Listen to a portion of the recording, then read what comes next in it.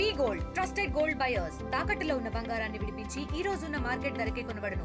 మరిన్ని వివరాలకు సంప్రదించండి 7710 welcome to RTV crime scene.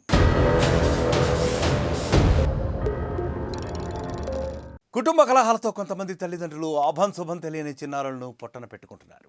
క్షణికావేశంలో నిర్ణయాలు తీసుకుంటూ కన్న పేగునే చిదిమేస్తున్నారు.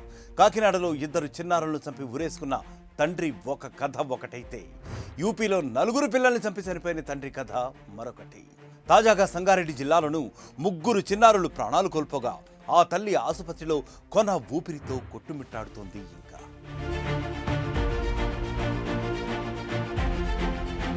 రంగారెడ్డి జిల్లా మెడకపల్లికి చెందిన చెన్నయ్య భార్య రజిత 3 పిల్లలతో రాఘవేంద్ర కాలనీకి వచ్చి ఉంటున్నారు.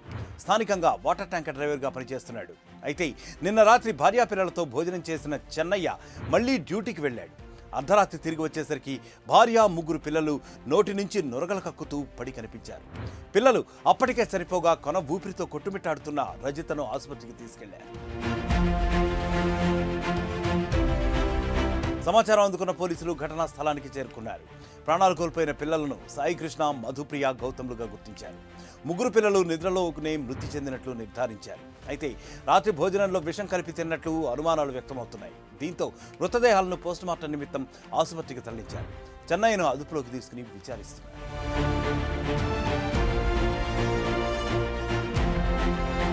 రాత్రి తాను పప్పు అన్నం తిన్నానని, భార్యా పిల్లలు పెరుగన్నం తిన్నట్లు చెన్నై చెబుతూ వస్తున్నాడు.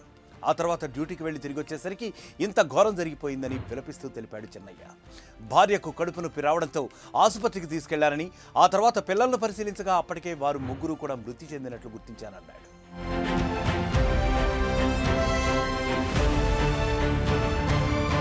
మరోవైపు ఆసుపత్రిలో చికిత్స పొందుతున్న రజిత ఏం జరిగిందో తనకు తెలియదని చెబుతోంది. రాత్రి పెరుగన్నం తిని పడుకున్నామని, తీవ్రమైన కడుపు నొప్పి రావడంతో భర్త ఆసుపత్రిలో చేర్పించాడని అంటోంది. పెరుగన్నంలో తాను ఎలాంటి విషం కలపలేదని కూడా చెబుతోంది.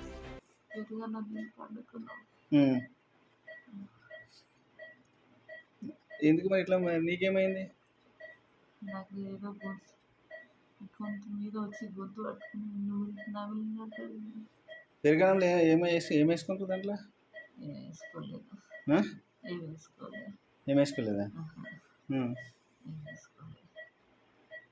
ఏం వేయకుండా ఎందుకు అట్లా అయింది? ఏమైనా విషయం తీసుకుంటా? తీసుకోలేదు. నువ్వు చెప్పమ్మా. ఏమైనా తీసుకోలేదు.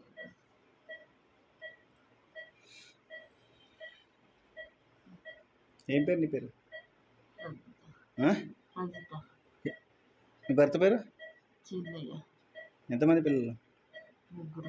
3. ఏం పేర్లు వాళ్ళ పేరు? పెద్దోళ్ళు? సాయికృష్ణ, మధుప్రియ, గౌతమ్. గౌతమ్ చిన్నోడా? ఏమైనా కలపలేదా? పెరుగన్నంలో ఏం కలపలేదా? కలపలేదా?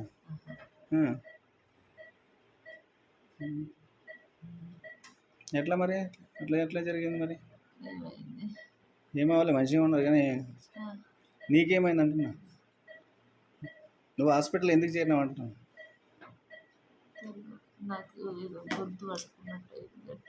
ఏం తిన్నావు? నువ్వేం తిన్నావు నైట్? పెరుగన్నా? ఎక్కడ తెచ్చిన పెరుగు? ఏ షాప్లా? ఒకవేళ రజిత విషం కలపకపోతే చిన్నారులు ఎలా మృతి చెందారు, రజిత ఎందుకు ఆసుపత్రి పాలైంది అన్నది ఇప్పుడు కొండంత మిస్టరీగా మారిపోయింది. దీంతో చిన్నారులదే అనుమానాస్పద మృతిగా కేసు నమోదు చేసి పోలీసులు దర్యాప్తు చేస్తున్నారు.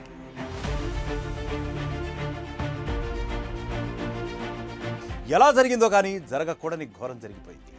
ఎంతో భవిష్యత్తు ఉన్న 3 పిల్లలు నిద్రలోనే ప్రాణాలను కోల్పోయారు.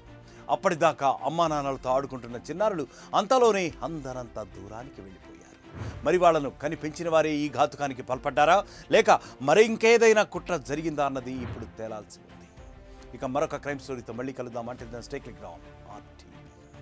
మరిన్ని వీడియోస్ కోసం ఛానల్ ని సబ్స్క్రైబ్ చేయండి. లేటెస్ట్ అప్డేట్స్ కోసం వాట్సాప్ ఛానల్ ని ఫాలో అవ్వండి. ఆ లింక్ డిస్క్రిప్షన్ లో ఉంది.